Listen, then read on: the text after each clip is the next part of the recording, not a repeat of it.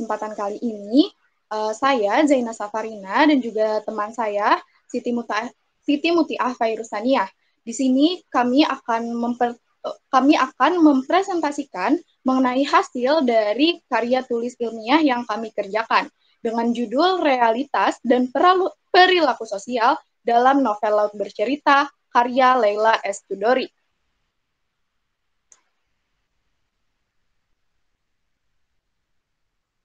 Jadi, latar belakang dari mengapa kami mengambil judul realitas dan perilaku sosial dalam novel Laut Bercerita, di mana karya sastra merupakan tiruan atau mimesis dari kehidupan, yang sehingga tidak sedikit dari sastrawan itu mengangkat peristiwa-peristiwa yang ada di kehidupan nyata, sehingga mereka menyoroti permasalahan faktual yang terjadi di masa lampau serta realitas dan perilaku sosial dari masyarakat untuk mereka representasikan di dalam karya sastra yang dibuat oleh sastrawan itu. Kemudian di sini novel ini merupakan salah satu bentuk karya sastra, di mana dalam novel ini dicerminkan realitas-realitas sosial yang terjadi di kehidupan. Di sini mereka menceritakan mengenai dengan perspektif yang berbeda, dengan tidak hanya melukiskan wajah yang tampak pada permukaan. Artinya mereka bisa untuk lebih dalam lagi mengulik dari adanya realitas sosial yang akan mereka tuangkan dalam karya tulis mereka. Maksud kami karya sastra mereka. Dan mereka memberikan penggambaran kepada pembacanya bahwasanya menggambarkan pencerminan kepada pembacanya realitas sosial yang benar, yang berbeda dari yang bisa saja berbeda dari realitas sosial yang ada di masyarakat, yang diketahui oleh masyarakat dengan lebih lengkap dan lebih hidup serta lebih dinamik karena adanya sudut pandang lain yang diceritakan dalam novel mereka. Nah, dalam novel Laut Bercerita sendiri, karya Leila S. Chudori ini berlatar pada perjuangan mahasiswa di era Orde Baru, di mana kita mengetahui adanya beberapa realitas yang sepenuhnya berbeda dari realitas yang kita hadapi saat ini, di mana di era Orde Baru itu kita memahami adanya pemerintahan yang otoriter dan lain sebagainya. Nah, dalam novel Laut Bercerita ini diceritakan melalui sudut pandang mahasiswa, sehingga adanya sejarah yang berbeda yang diceritakan melalui perspektif mahasiswa yang tidak diceritakan dalam pelajaran sejarah.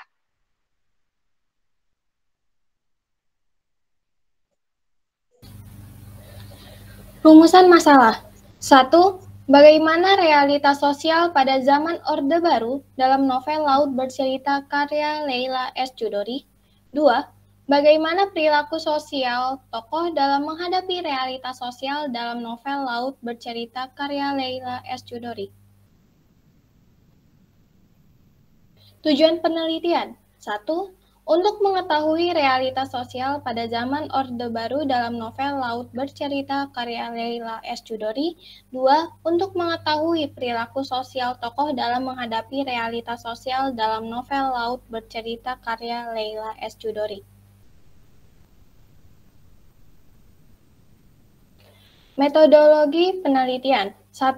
Metode penelitian yang kami gunakan adalah metode deskriptif, yaitu metode yang digunakan untuk memperoleh gambaran hasil dari pengamatan materi, realitas, dan perilaku sosial dalam novel Laut Bercerita karya Leila S. Chudori. 2. Teknik penelitian. Teknik pengumpulan data yang kami gunakan adalah teknik studi pustaka, yaitu teknik pengumpulan data dengan melakukan penelaahan terhadap buku, literatur, catatan, serta berbagai laporan yang berkaitan dengan masalah yang ingin dipecahkan. Teknik pengolahan data yang kami gunakan adalah teknik analisis data, yaitu teknik memperoleh data yang telah didapat menjadi informasi yang diperlukan dalam penelitian.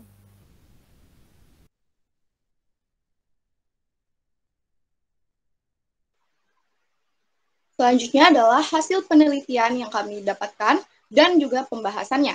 Di sini kami meneliti realitas sosial dalam novel Laut Bercerita, di mana kami meneliti kami menemukan tiga aspek. Yang pertama yaitu dalam novel Laut Bercerita ini di mana latar belakangnya adalah era Orde Baru, ditemukan bahwasanya adanya pelarangan buku-buku ya tertentu, di mana buku-buku tersebut memuat paham Marxisme Komunisme, kemudian buku yang memuat sejarah dari perspektif yang berbeda, serta buku yang bertema sosialis. Seperti apa buku yang memuat paham Marxisme Komunisme? Misalnya saja buku-buku karya Tan Malaka misalnya, karena kita mengetahui bahwasanya Tan Malaka itu merupakan salah satu tokoh yang memiliki paham komunisme, di mana beliau Tan Malaka ini memiliki uh, ke pandangan yang berbeda daripada masyarakat, daripada pemerintah saat itu. Dan terlebih lagi di sini setelah karena waktu zaman Orde Baru ini naik, presiden saat itu naik setelah terjadinya peristiwa G30 SPKI, Gerakan 30 September, ini semakin membuat adanya paham anti komunisme, di mana dalam realitas sendiri pun saat Orde Baru adanya pembersihan terhadap mereka yang beraliran komunis. Artinya di sini pemerintah Orde Baru di sini sangat tidak menginginkan adanya pemahaman mengenai komunisme untuk dimuat dalam buku-buku yang ada. Kemudian, buku yang memuat sejarah dari perspektif berbeda. Di sini tentu saja dalam pelajaran sejarah yang kita pelajari, ini apabila ada orang yang berbeda, misalnya saksi sejarah yang menceritakan dalam sudut pandang yang berbeda, ini juga tidak akan diizinkan oleh pemerintah saat itu peredarannya. Kemudian buku yang bertema sosialis ini maksudnya adalah buku-buku yang membela buruh, membela rakyat kecil yang merasa ketimpangan yang sangat besar pada masa itu. Kemudian yang kedua, kami mendapatkan bahwasanya adanya pembatasan aspirasi masyarakat, di mana kita ketahui bahwasanya pemerintah Orde Baru ini terkenal sangat otoriter dan anti kritik. Dan hal ini seringkali dibuktikan dengan adanya pembubaran paksa dan penangkapan para aktivis yang ikut berdemokrasi, di mana dalam setiap bab-bab dalam cerita pun juga dijelaskan bahwasanya ketika mereka berdemonstrasi, ketika Biru Laut sebagai tokoh utama dan kawan-kawannya, para sesama aktivis melakukan demonstrasi, mereka pada akhirnya akan ditangkap dan diinterogasi, dan tak jarang juga mereka hanya untuk menjawab pertanyaan-pertanyaan itu mereka dipaksa untuk menjawab, dan mereka dipaksa dengan cara disiksa dan lain sebagainya. Kemudian yang ketiga, di sini kami menemukan bahwasanya adanya penangkapan dan penyiksaan para aktivis agar bersedia menjawab satu pertanyaan penting. Siapakah yang berdiri di balik gerakan aktivis mahasiswa saat itu? Di mana di sini kita ketahui bahwasanya novel Laut Bercerita ini diceritakan melalui sudut pandang dari para mahasiswa, di mana kita ketahui bahwasanya kita ketahui bersama sendiri pun bahwasanya mahasiswa saat itu karena adanya keterbatasan untuk beraspirasi bagi mereka, sehingga mereka ditangkap dan mereka ini disiksa untuk menjawab pertanyaan yang ada yang ditanyakan.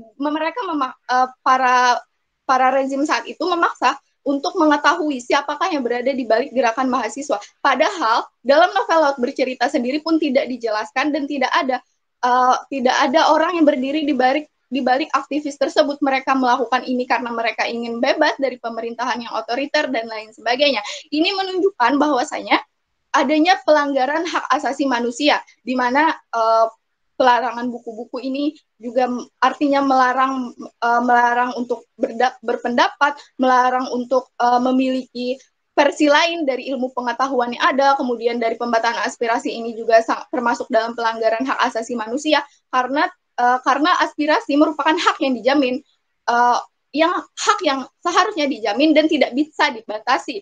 Kemudian juga penangkapan dan penyiksaan ini ada dalam setiap bab dalam novel Laut Bercerita itu sangat dijelaskan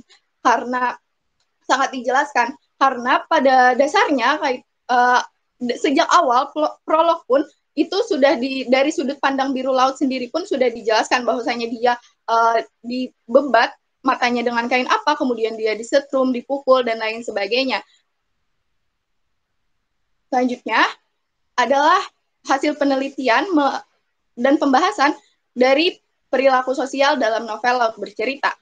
Yang pertama, di sini kami menganalisis daripada perilaku sosial tokoh di organisasi aktivis. Yang dianalisisnya ini melalui sudut pandang biru laut sebagai anggota dari aktivis tersebut. Setiap tokoh di sini menunjukkan perilaku sosial yang berbeda-beda dan ada latar belakang yang mengakibatkan mereka berperilaku seperti hal tersebut. Misalnya yang pertama adalah Daniel.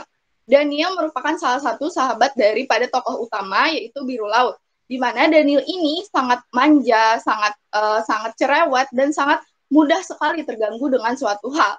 Nah, karena ini diakibatkan karena dia merupakan anak yang berasal dari keluarga yang tidak harmonis, kemudian dia memiliki adik yang cacat sejak lahir yang menderita polio, sehingga dia di rumah tidak bisa ketika di rumah dia tidak bisa untuk mengeluh, dia dipaksa harus menjadi kuat, sehingga kepada teman-temannya di organisasi aktivis lah dia menjadi sangat kritis, dia menjadi sangat mudah sekali terganggu dengan suatu hal karena dia tidak bisa menunjukkan hal tersebut ketika berada di rumahnya. Kemudian yang kedua, di sini Sunu. Sunu adalah sahabat sang tokoh utama, yaitu Laut, yang sangatlah pendiam, dan tetapi dia sangat memahami daripada adanya sikap Laut ini dalam kondisi apapun. Laut sendiri pun dideskripsikan sebagai orang yang pendiam, sama seperti Sunu. Kemudian Laut ini tidak mudah untuk mengekspresikan dirinya, sehingga hanya Sunulah sahabatnya inilah yang mampu memahami Laut, walaupun Laut ini hanya berdiam, walaupun Laut ini tidak mengekspresikan dirinya seperti apa. Kemudian yang tiga, ada Alex. Alex ini berasal dari Flores, dari timur, di mana Alex ini orang yang sangat baik dan juga tampan, di mana Alex ini sangat menyukai oleh fotografi. Kemudian yang keempat adalah Kinan. Kinan merupakan sosok yang bijaksana, perempuan yang sangat tegas, di mana dalam organisasi aktivis sendiri pun dia merupakan salah satu pembuat keputusan. Sehingga di sini dari adanya Kinan sebagai perempuan, karena sedikitnya perempuan dalam hal tersebut, tetapi Kinan mampu menunjukkan bahwasanya dia adalah pemimpin yang bagus, dia adalah pemimpin yang bijaksana, dan dia adalah pemimpin yang bisa untuk mengayomi anggota dari organisasi aktivis tersebut. Kemudian yang kelima, Bram. Bram ini merupakan sosok pemimpin dari para aktivis yang ada bersama Kinan tentunya. Di mana Bram ini merupakan sosok yang kritis dan sangat penuh dengan strategi, di mana dia biasanya memimpin dalam diskusi-diskusi yang dilakukan oleh organisasi aktivis, dan dia yang biasanya merancang daripada strategi-strategi untuk berdemonstrasi. Kemudian yang keenam adalah Naratama. Naratama ini dipandang oleh Laut merupakan sosok yang misterius karena dia tidak banyak berbicara, namun dia tidak banyak untuk bergaul dan bercerita kepada kawan-kawannya yang lain di organisasi aktivis, sehingga di sini banyak sekali orang-orang dari terutama Laut, Alex, dan Daniel dan Sunu yang mengira Naratama adalah informan bagi para aparat dan mata-mata, sehingga mereka tidak terlalu mempercayai dari adanya Naratama. Kemudian yang ketujuh adalah Anjani. Anjani ini dia merupakan sosok yang sangat memimpikan adanya kebebasan dari maskulinitas yang ada pada dirinya, di mana dia merupakan anak bungsu dan memiliki 3 kakak laki-laki, sehingga dia sangat dikekang dan lain sebagainya, sehingga ketika dia berada di organisasi aktivis, ketika dia melukis daripada mural di dalam organisasi, di dalam markas organisasi itu, dia menceritakan suatu versi subversif dari Ramayana, di mana Sita yang menyelamatkan Rama. Oke, selanjutnya yang kedua dari hasil penelitian perilaku sosial ini, yang kedua adalah perilaku sosial tokoh dalam menghadapi kehilangan yang diceritakan melalui sudut pandang asmara, di mana tokoh-tokoh yang dianalisis di sini adalah keluarga para aktivis, orang tua, kekasih para aktivis, kemudian teman-teman dari para aktivis ini secara umum. Dan secara umum yang kami temukan, perilaku sosial tokoh ini terbagi menjadi dua, adanya penyangkalan dan adanya ketegaran. Penyangkalan ini sebagian besar ditunjukkan oleh para orang tua, para keluarga, dan juga para kekasih. Sedangkan Anjani sendiri ini merupakan tokoh yang tegar dalam menghadapi dan dia realistis. Di mana penyangkalan yang ada di orang tua ini adalah mereka itu tidak mempercayai bahwasanya anak-anak mereka, kekasih mereka, saudara mereka itu telah dihilangkan secara paksa. Sedangkan ketegaran yang ditunjukkan oleh Anjani ini adalah dia bersikap realistis karena sudah beberapa bulan dia tidak bisa untuk menemukan kakaknya si biru laut, sehingga pada akhirnya dia berpikir bahwasanya ya setidaknya ketika kami tidak dapat menemukan di mana biru laut berada, tapi setidaknya kami tahu dia dikuburkan dan dia dihilangkan di mana. Sekian dari saya. Terima kasih. Baiklah, Ibu Mila, apakah ada yang ingin ditanggapi? Satu saja pertanyaan saya, gitu ya. Mengapa kamu memilih secara sederhana kan? Ibu mengenal novel Biru Laut ini saat saya jadi siswa di kelas SMP waktu itu ya. SMP ini salah satu novel yang cukup menarik gitu ya. Karena memang mengangkat tindak sosial. Menariknya dulu kenapa? Karena ini dulu anaknya munculnya itu bukan bentuk novel pertama kali saya kenal, tapi dia adalah berbentuk cerita bersambung di dalam sebuah majalah remaja waktu itu. Jadi saya tertariknya karena itu dulu gambarnya itu adalah ada gambar laut, kemudian ada gambar kakek tua duduk di samping perahu, kemudian mengangkat tentang sebuah realitas sosial. Jadi itu satu faktor yang menarik saya. Nah sekarang pertanyaan saya satu untuk mereka berdua ini, novel ini cukup banyak kajian sosialnya, ya. Jadi kamu bisa membaca tentang sejarah Indonesia berbeda dari versi sejarah asli ya, yang di buku-buku sejarah gitu kan. Nah kira-kira dari novel ini yang sudah kamu analisis ini, secara sosial kultural itu memberikan pandangan berbeda tidak terhadap kalian berdua terhadap terbentuknya negara ini? Singkat saja. Silakan. Baik, izin menjawab dari saya sendiri, Bu. Dari setelah saya membaca dari novel Laut Bercerita ini sendiri, saya berpikir bahwasanya memang peran mahasiswa itu sangat penting untuk keluar daripada adanya pemerintahan yang ada pada zaman era Orde Baru itu. Karena kan gerakan-gerakan mereka pun juga berlatar belakang pada adanya keinginan mereka untuk bebas dari negara yang mengekang para rakyatnya, sehingga pada akhirnya menurut saya sejarah yang diceritakan di sini itu cukup memberikan perspektif yang membuka perspektif bahwasanya ketika adanya keinginan untuk berubah kayak gitu,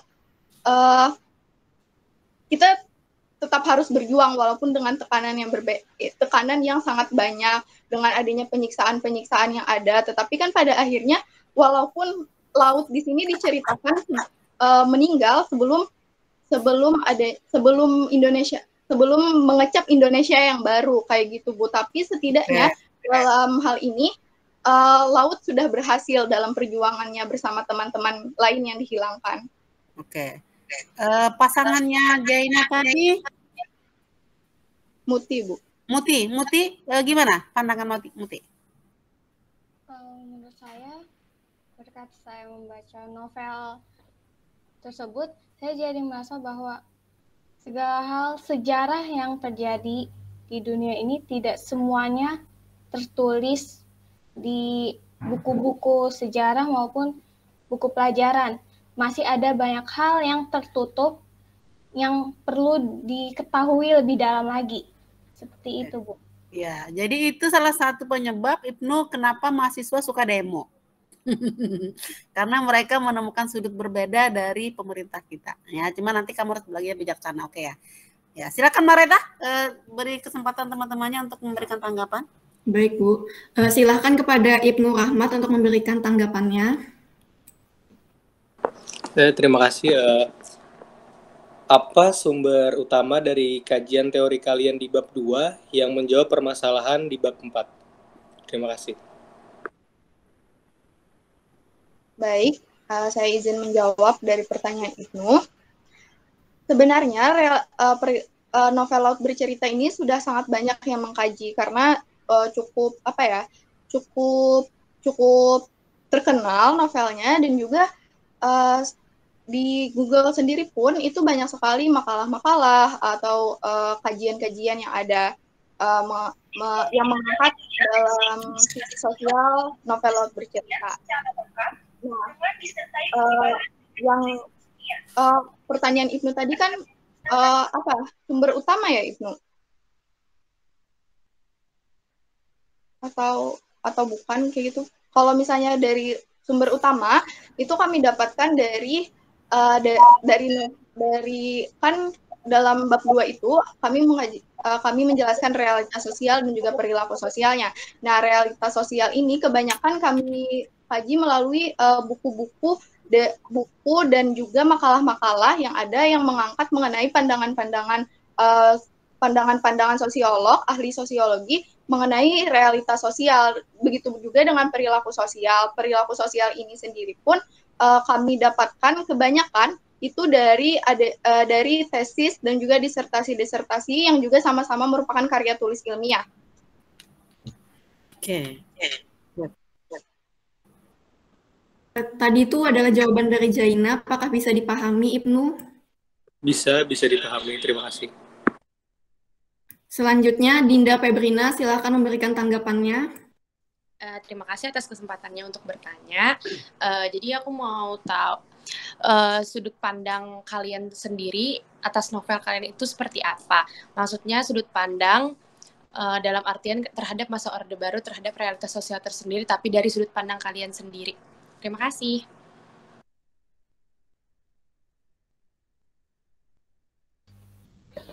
Baik, saya akan menjawabnya. Sudut pandang kami terhadap realitas sosial yang terjadi pada masa itu setelah kami membaca novel tersebut adalah bahwa banyak sekali realitas-realitas yang merugikan rakyat kecil, di mana saat itu pemerintah juga lebih condong otoriter, di mana mereka mencegah banyak hal seperti para aktivis yang tidak bebas dalam menyampaikan aspirasi, para rakyat yang tidak bebas dalam menyampaikan aspirasi. Sehingga dengan membaca novel tersebut kami jadi merasa lebih terbuka terhadap permasalahan-permasalahan yang terjadi dalam negara